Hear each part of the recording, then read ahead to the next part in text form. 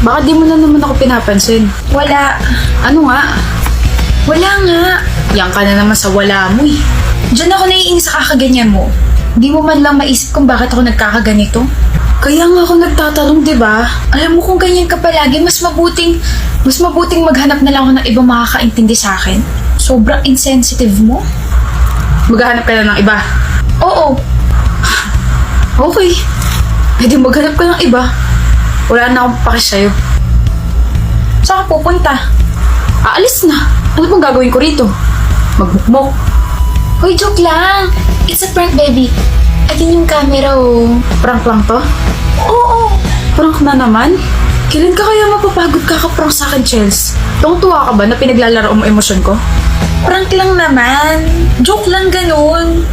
Pangit naman ito ka-banding. Chels, hindi sa lahat ng oras maiintindihan ko yung ginagawa mo.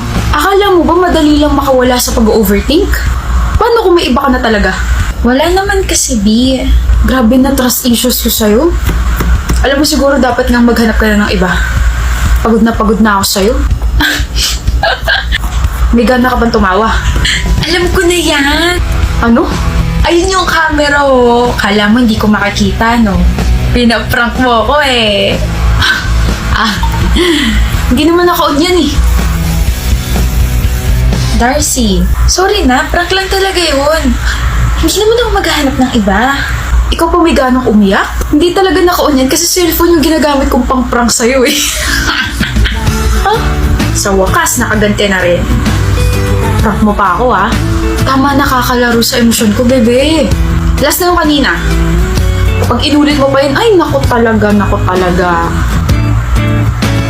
Visit ka.